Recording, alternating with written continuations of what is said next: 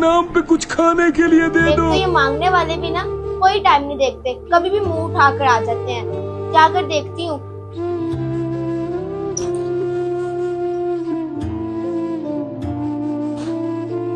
जी पापा जी, क्या चाहिए आपको? 2 दिन हो गए हैं, मेरे पेट में एक नवाला भी नहीं गया।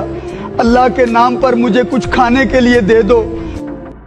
ऐसा करती हूँ, जो अंदर आम पड़े हैं उनमें से आके बाबा जी को दे देती हूँ। अरे नहीं, मुझे तो खुद ही बहुत भूख लगी हुई है, मैं तो खुद ही खाऊंगी। अरे बाबा जी, मेरे पास इस वक्त आपको देने के लिए कुछ भी नहीं है। अच्छा बेटी, अल्लाह ताला तुम्हें अपनी रहमत और नेमतों से महरूम न करे। आ जाते हैं किसी वक्त मुंह उठाकर।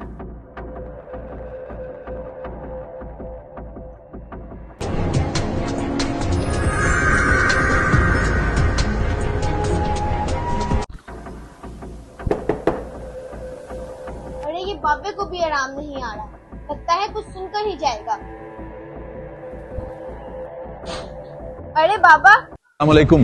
अरे अंकल, आप कौन हैं? मैं सफार से आया हूँ, रास्ते में देर हो गई है और शहर के तमाम होटल बंद हो चुके हैं। अगर हो सके तो मुझे एक वक्त का खाना मिल सकता है? शक्ल से तो अच्छे खासे घर का लग रहा है, ये कौन सा मुझसे झूठ बोलेगा। ऐसा करती हूँ, खाना उठा कर दे देती हूँ। आप 1 मिनट रुके, मैं खाना लेकर आती हूँ।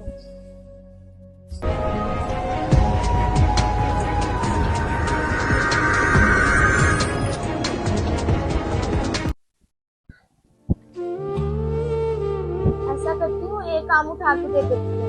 नहीं, शक्ल से तो बहुत भूखा लग रहा है। ऐसा करती हूँ, सारा खाना उठा के दे देती हूँ।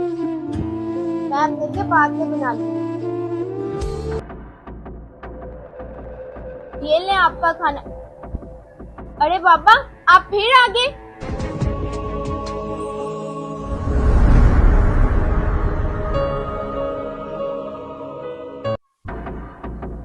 या अल्लाह, ये सब क्या है?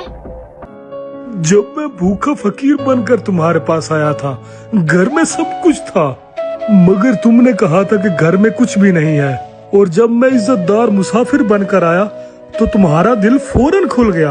याद रखना, भूख गरीब और अमीर में फर्क नहीं करती। अल्लाह के नजदीक वो नवाला सबसे कीमती है जो किसी भूखे को उसकी भूख देख कर दिया जाए, ना कि उसकी हैसियत देख कर।